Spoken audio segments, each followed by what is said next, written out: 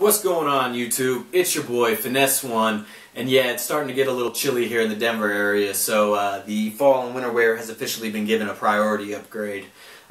Bringing this video to y'all today. It's going to be sort of like the instruction manual of anything you got to put together. In these instructions, before they even tell you how to do anything, you got a list of materials like, you know, bolts, nuts, screws, pieces, whatever it may be, and sometimes some other stuff that's not included that you'll need.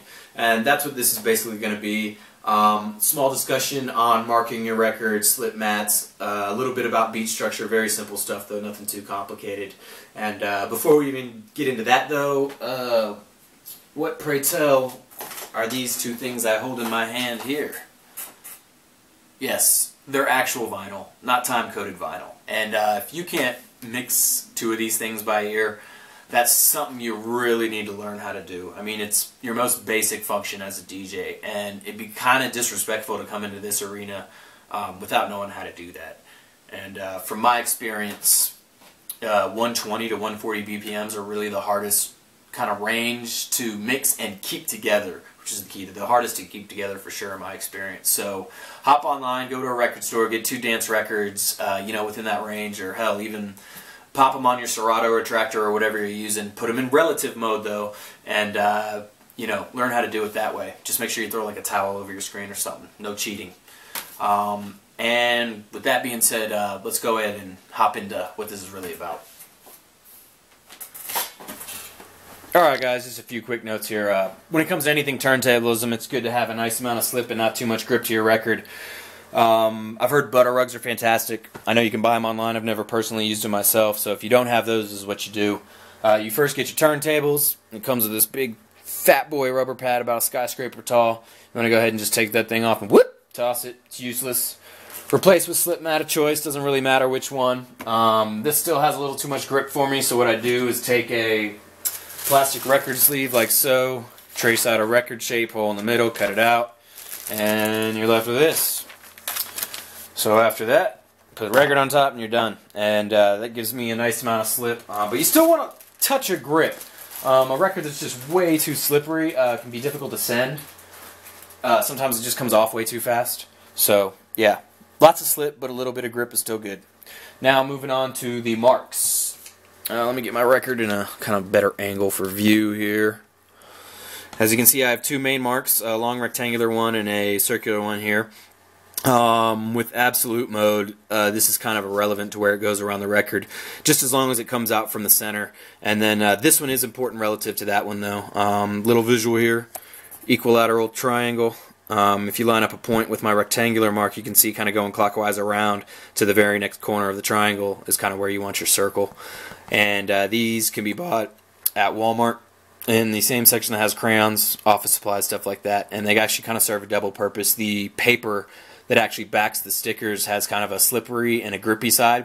I cut out long rectangular strips, just 3 of them, and I actually run them through the record. Slippery side exposed, you know, out this way of course, or whichever way you want to the center. That just helps tighten up the center so you don't get as much wobble or maybe, you know, just shake. Tightens it up but still keeps it slippery. Now talking about what my marks are for. And a track I will be using a lot in just tutorials and even when I'm showing you kind of stuff I'm doing with other records because of sounds I may like where they drop. I'm going to show you this other one always kind of first because it's a super simple kind of skeleton beat structure.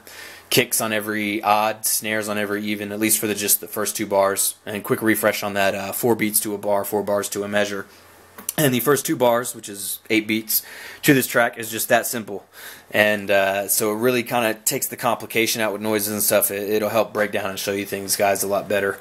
So without further ado, let me load that up real quick and show you these marks. Alright, so the angle might be a little funny for you, but I have the long mark right exactly at noon right now. So, and here is the one. And so the reason I have these circle marks where they are is it just so happens that conveniently your eye kind of just follows around and the very next whole beat, which is your 2, falls right at about 9 o'clock or before 9 o'clock, and this just works in the range of about you know, your lower, below 90 BPM, just below it, or like to your mid and upper 90s. I just happen to find all the beats I like to do in that range, so this works out. And I use that mark for this 2-note and the half note immediately following. And then I pretty much use the long going all the way the rest of the way around. And then another real quick note about beat structure. Hopefully you already know, 1, 2, 3, 4. God, I hope so.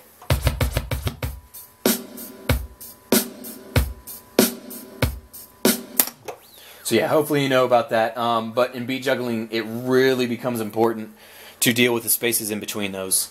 So right now, I'll get into quarter beats eventually, but not right now. I just want you to have a good understanding of half beats. So half beats obviously are the beats in between the whole numbers. So here I'll just go around the record.